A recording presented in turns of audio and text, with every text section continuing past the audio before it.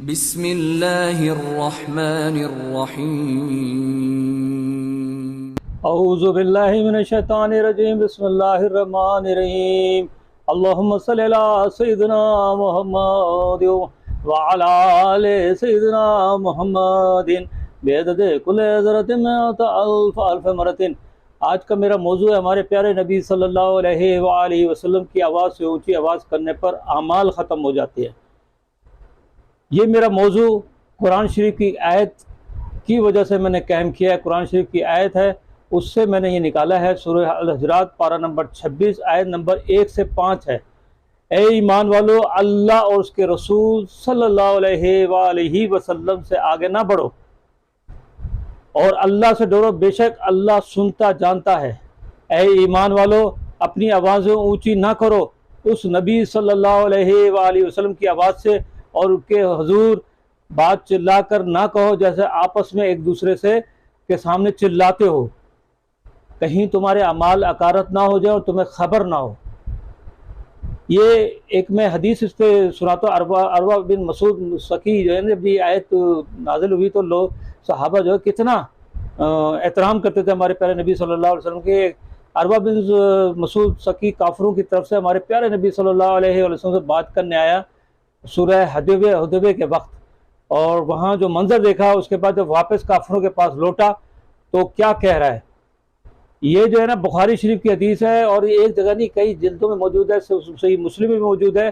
بخاری شریف جلد 2 میں صفحہ 30 سے لے کر 38 تک بہت بڑی حدیث ہے، اور حدیث نمبر 4 ہے حضرت مصور بن مخرمہ رضی اللہ تعالیٰ سے روایت ہے۔ بعد ہے باب جس میں قائم کیا ہوا جہاد میں شرطیں لگانا، یہ صحیح بخاری کی حدیث ہے، اور ویسے تو ساری کتابوں میں موجود ہے یہ حدیث، اور بہت بڑی حدیث ہے۔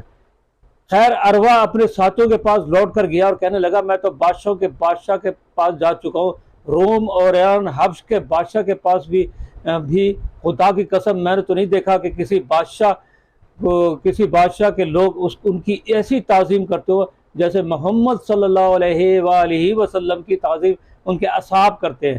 اگر انہیں تھوکا یعنی لعاب دن نکالا تو کوئی اپنے ہاتھ پہ لیتا اور اپنے منہ اور بدن پہ مل لیتا، اور جب وہ کوئی حکم دیتے تو لپکتے ہوئے فوراً ان کا حکم بجا لاتے، اور جب وضو کرتے تو وضو کا پانی لینے کے لیے قریب ہوتا کہ لڑ مڑے۔ جو بات وہ کرتے تھے تو یہ اپنی آوازیں دھیمی کر لیتے تھے، ادب اور تعظیم سے ان کو گھور کے نہیں دیکھتے تھے۔ محمد صلی اللہ علیہ وآلہ وسلم جو بات کہی وہ تمہارے فائدے کی، اس کو مان لو۔ اس آیت میں، اس حدیث میں صحابہ دیکھو کتنا احترام کرتے تھے ہمارے پیارے نبی صلی اللہ علیہ وآلہ وسلم کا۔ جب وہ لعاب دن نکالتے تھے لوگ ہاتھوں میں لے کے مل لیتے تھے، وضو کا پانی آتا تھا وہ بھی ہاتھ میں لے کے مل لیتے تھے۔ آوازیں اپنی نیچے کرتے تھے، دھیمی کرتے تھے، کیونکہ ان کو پتہ لگ گیا تھا کہ آواز اونچی کرنے سے، بدتمیزی سے ان کے سامنے بات کرنے سے ان کے اعمال ختم ہو جائیں گے۔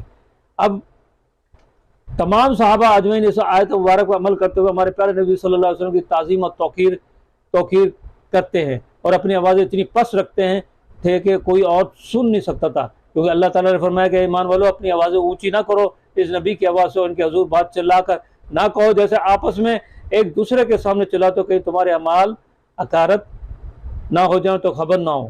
یہ صحابہ کا عمل تھا، کیونکہ ان کو معلوم ہو گیا تھا کہ اعمال ختم ہو جائیں گے۔ کون سے اعمال؟ یہ سوچنا چاہیے کہ کون سے اعمال جو ختم ہو جائیں گے۔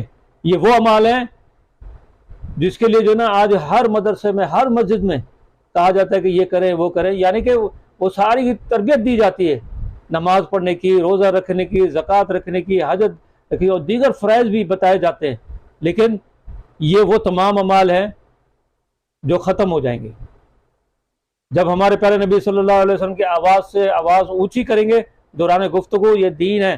اب یہ دیکھیے کہ آواز اونچی کرنے پہ جو نا اعمال ختم ہو جائیں گے۔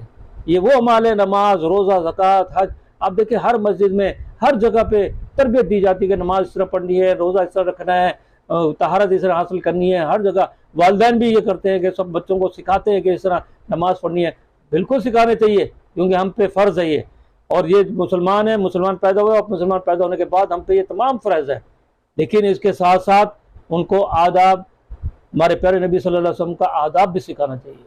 ان کو یہ بتانا چاہیے کہ ہمیں نبی سے رسول سے محبت بھی کرنی چاہیے، اور آداب قائم رکھنا ہے، اور اگر آداب ختم ہو گئے تو اعمال ختم ہو جائیں گے. یہ جو نماز روزہ زکوٰۃ حج یہ سارے کے سارے ختم ہو گئے.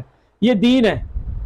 ہمیں کون سا دین بتایا گیا؟ دین کی تعلیم تو یہ بھی دینی چاہیے کہ ہمارے پیارے نبی صلی اللہ علیہ وسلم کی شان پہچانو, ان کے متعلق کوئی غلط بات نہ کرو, ہمارے پیارے نبی صلی اللہ علیہ وسلم کی تعظیم و توقیر کرو, اور کوئی غلط بات کرے تو اسے منع کرو. بھائی آپ کے اعمال ختم ہو جائیں گے, ان کو بتاؤ کہ آپ کے اعمال ختم ہو جائیں گے اگر آپ ایسی باتیں کریں گے تو آپ کے اعمال. میں ایک مثال کے طور پہ بات کرتا ہوں, ویسے تو بہت ساری چیزیں ہیں, لیکن جب ربیع الاول آتا ہے اور درود السلام کی محفلیں لوگ پر تنقید کرنا شروع کر دیتے ہیں, چراغاں کرنے پہ اعتراض کرتے ہیں, بلکہ کچھ لوگ ایسے بھی ہیں جو تنقید کے ساتھ رکاوٹیں بھی ڈالتے ہیں. یہی بس نہیں چلتا بلکہ شرک و بدعت کے فتوے بھی لگاتے ہیں. اور میں نے کئی جگہ پہ دیکھا ہے کہ اگر کوئی بات کرتا ہے تو اس کو لڑ جھگڑتے ہیں. اب کوئی ان سے پوچھے کہ انہیں کیا تکلیف ہے. جس طرح شیطان ہمارے پیارے نبی صلی اللہ علیہ وآلہ وسلم کے پیدائش کے وقت رو رہا تھا, اسی طرح میلاد مصطفیٰ صلی اللہ علیہ وسلم پر بھی روتا ہے. وہ کہیں نہ کہیں ظاہر ہوتا ہے, کسی نہ کسی کے ذریعے تنقید کر کے, رکاوٹ ڈال کے اپنے رونے کا اظہار کرتا ہے. اس سے پتہ لگ جاتا ہے کہ یار شیطان کتنا بے چین ہے.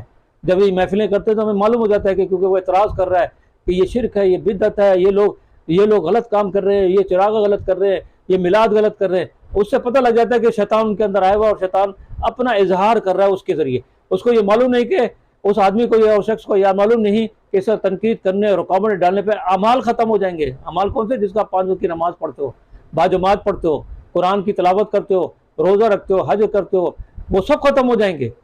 پھر جب کوئی میلاد مناتا ہے تو اسپیکر لگاتا ہے تو پھر شیطان یہ عہد یاد دلا دیتا ہے, دیکھو نبی صلی اللہ علیہ وسلم کا دین منا رہے ہیں, اپنی آوازیں کتنی بلند کی ہوئی ہے, ان کے تو اعمال ختم ہو جائیں گے. پھر وہ ہم سے کہتے ہیں کہ آپ کے اعمال ختم ہو جائیں گے, آپ تو اتنی بڑے زور سے چلا کے آپ یہ کر رہے ہوتے. ان سے سوال کرتا ہوں, ایک بات بتاؤ, جب حضرت بلال رضی تعالیٰ جب اذان دیتے تھے تو کیا حضرت بلال رضی تعالیٰ کی آواز دھیمی ہوتی تھی, پست ہوتی تھی یا بلند ہوتی تھی؟ یہ بتا دیں.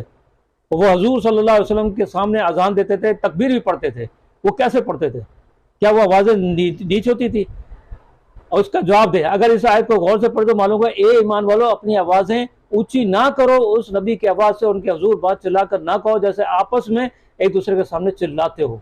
یعنی اللہ تعالیٰ ہمارے پیارے نبی صلی اللہ علیہ وآلہ وسلم کا ادب سکھا رہا ہے کہ دیکھو میرے پیارے حبیب صلی اللہ علیہ وآلہ وسلم ہیں, کوئی عام انسان نہیں ہے, ان کو عام انسان نہیں سمجھو. جیسے تم آپس میں باتیں کرتے ہو اس طرح میرے حبیب صلی اللہ علیہ وسلم سے باتیں نہ کرو. جب ہمارے پیارے نبی صلی اللہ علیہ وآلہ وسلم مخاطب ہوتے تھے تو اپنی آوازیں نیچی رکھو.